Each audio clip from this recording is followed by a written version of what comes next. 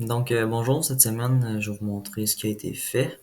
Premièrement, je devais ajouter une table pour les couriers, puis les statuts de courier. Puis, je devais aussi ajouter le, le courier ID dans la table order. Comme vous pouvez voir, ça a été fait. Donc, ici, j'ai la nouvelle table courier avec toutes les informations. On peut aussi retrouver le ID de Career Status, la table qui est juste à côté. Puis, si on vient voir dans la table Order, euh, le ID de Career est bien là. C'est ça pour des ajouts dans nos modèles. Donc, la prochaine partie qu'on devait faire, c'était d'importer le fichier modèle qui allait dans test. C'est un fichier qui nous était fourni avec tous les tests nécessaires pour tous les modèles. Si on venait dans la console puis on faisait rate test, ça run tous les tests puis ça vérifie ce qui passe. Donc, au début, on avait, en fait, la plupart ne passaient pas, c'est presque la totalité. Donc, le but, c'était de toutes les régler. Donc, un par un, on allait régler les tests. Donc, on avait différents tests, comme j'ai dit, pour chaque modèle. On en avait qui ressemblaient, donc c'était plus facile à régler, mais c'est pas mal ça. Puis, pour régler les problèmes avec les tests, on pouvait aller dans le, le fichier du modèle directement. Donc, on pouvait acheter des validate ou des has many belongs, donc pour s'assurer que tout était en ordre. Aussi, par exemple, moi j'ai dû jouer dans les migrations parce que mes schémas étaient pas tout à fait corrects. Par exemple, des fois j'ai dû ajouter des valeurs par défaut, des propriétés comme ne peut être nul. Ce genre de changement. Euh, Puis c'est pas mal ça pour les modèles. Maintenant, pour ce qui est de la prochaine partie, c'était le fichier de controller qui nous était fourni, qu'on devait mettre dans test. Donc, on avait tous les tests pour différents controllers. Donc, on avait le Auth Controller, Orders, Products Controller, puis le Restaurants. Encore une fois, on avait des différents tests qu'au début, ils passaient pas. En fait, fallait s'assurer que ils finissent par passer. Pour régler les tests, on devait aller jouer dans les fichiers de controller. Dans Controllers API, donc on avait les quatre controllers ici.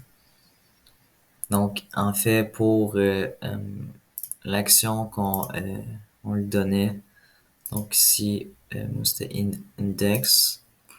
Donc, dans le action index, je mettais des conditions, je vérifiais pour m'assurer que tous les tests passent. Donc, c'est comme ça que j'ai fait pour passer les tests. Order controller, c'était juste le update.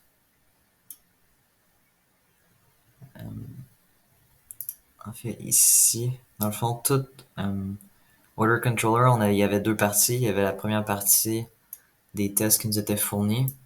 Puis, plus bas, on avait aussi des tests à écrire nous-mêmes. La ligne 47 jusqu'en bas. Donc, pour ces tests-là, euh, si on commence par le get, donc on voulait s'assurer, en fait, j'ai suivi un peu le modèle des autres tests, donc s'assurer que c'est bien, elle existe, c'est bien get route, s'assurer que on a toute la liste des orders selon un type, user type et un ID, Euh, c'est ça. Puis pour faire les tests, en fait, la structure, je me suis basé sur ce qu'on avait déjà, mais j'ai suivi le fichier d'API specs. Donc, quand on a un response, un status code de 200, j'ai ce genre de réponse-là. Donc, avec un customer ID, customer name, puis dans les products, j'ai une liste de products ici. Donc, c'est ça. Par la suite, si on a un code 422, on a un error invalid user type. Un code 200. Euh, en fait, si tout est correct, mais le ID correspond à personne dans la database, au lieu d'avoir une erreur, on a juste une array vide, un bad request si